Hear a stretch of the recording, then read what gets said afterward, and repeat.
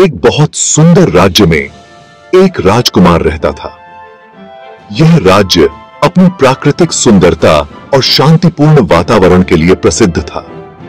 चारों ओर हरियाली और फूलों की महक थी और लोग बहुत खुशहाल थे। उसका नाम था अमित। अमित बहुत बहादुर था और बहुत दयालु भी। वह हमेशा अपने राज्य के लोगों की भलाई के बारे में सोचता था और उनकी मदद के लिए तत्पर रहता था। एक दिन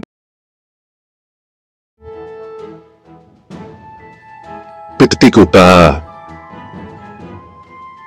अपने महल के पुराने पुस्तकालय में एक पुराना नक्शा मिला। यह नक्शा बहुत ही रहस्यमय और प्राचीन था, जैसे कि यह सदियों पुराना हो। यह नक्शा किसी खोए हुए खजाने का था। नक्शे पर कई संकेत और रहस्यमय चिन्ह बने हुए थे जो खजाने तक पहुंचने का रास्ता दिखाते थे। अमित को यह खजाना ढूंढने का बहुत मन था। वह बहुत उत्साहित था और उसकी आंखों में एक नई चमक आ गई थी। उसे लगा कि यह खजाना उसके राज्य के लिए बहुत महत्वपूर्ण हो सकता है। वो जानता था कि यह खजाना उसके राज्य के लोगों की बहुत मदद कर सकता है। वह सोचने लगा कि अगर वह यह खजाना पा लेता है तो वह अपने राज्य के लोगों की और भी अधिक मदद कर सकेगा। अमित ने अपना घोड़ा तैयार किया। उसने अपने सबसे अच्छे घोड़े को चुना जो तेज और मजबूत था। उसने घोड़े को अच्छी तरह से सजाया और उसे यात्रा के लिए तैयार किया। उसने अपनी तलवार और ढाल उठाई। ये तलवार और ढाल उसके पिता के थे जो एक महान योद्धा थे।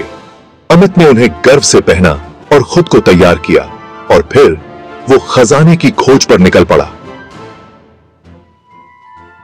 इतने इन्हीं ने अपने राज्य के लोगों से वादा किया कि वह जल्द ही लौटेगा और उनके लिए खुशियां लाएगा।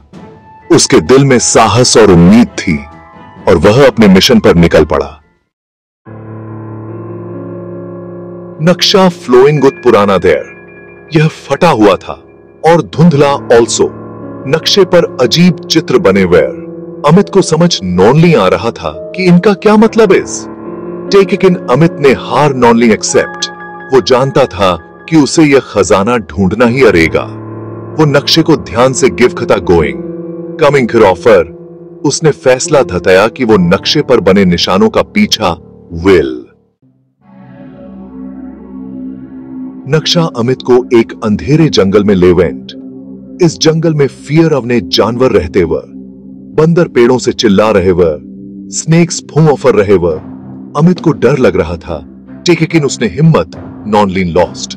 वो जानता था कि उसे कमिंगे बढ़ना अरेगा। उसे खजाना ढूंढना ही अरेगा। अमित ने अपनी तलवार कसकर पकड़ी और कमिंगे बढ़ता गोइंग। जंगल के बीच में जहां सूरज की किरणें पेड़ों के बीच से छनकर आती थीं, एक नदी बह रही थी।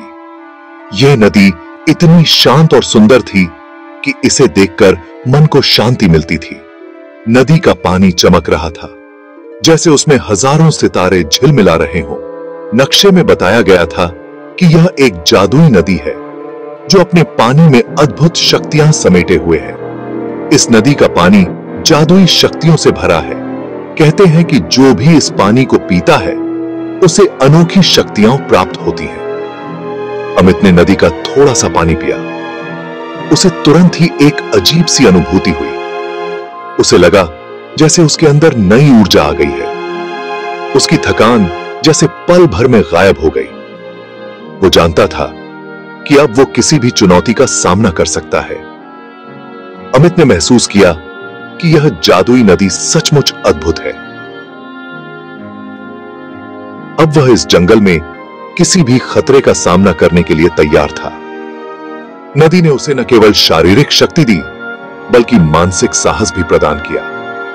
अमित ने नदी के किनारे खड़े होकर अपने भविष्य की ओर देखा और उसे विश्वास था कि वह हर मुश्किल को पार कर लेगा। नदी के किनारे एक चालाक लोमड़ी बैठी थी। वह अपने चारों ओर के वातावरण को ध्यान से देख रही थी, जैसे कि किसी खास चीज की प्रतीक्षा कर रही हो।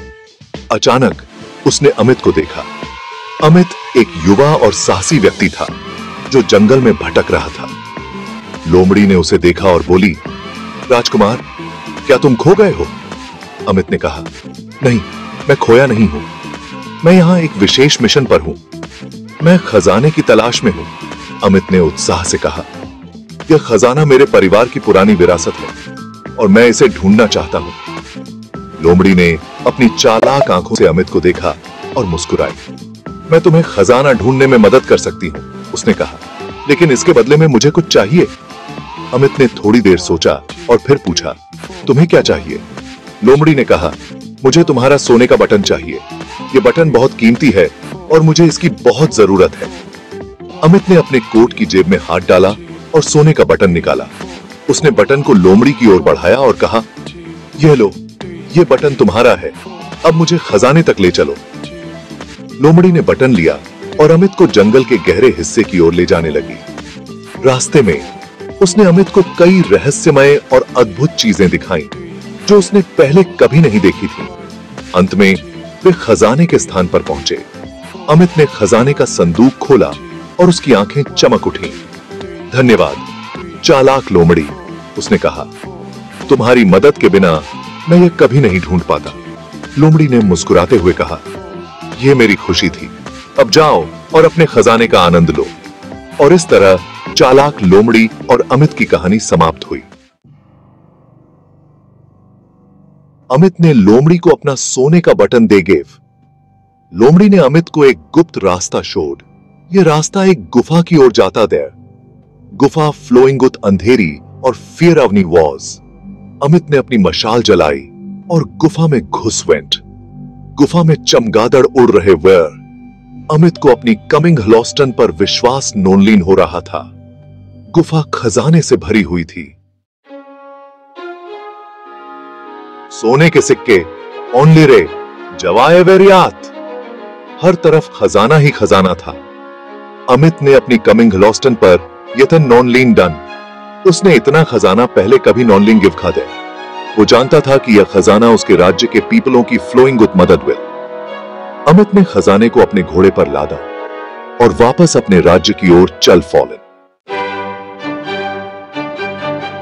जब अमित अपने राज्य वापस कमिंग गया तो सभी लोग फ्लोइंग विद खुश एगो। उनारिन ने अमित का स्वागत एक नायक की तरह डन। अमित ने खजाने का इस्तेमाल अपने राज्य के पीपलों की मदद दोने के लिए डन। उसने स्कूल, अस्पताल और सड़कों बिल्ट। अमित एक दयालु और उदार राजा बिकेम। सभी लोग उसे प्यार देते थे और उसका सम्मान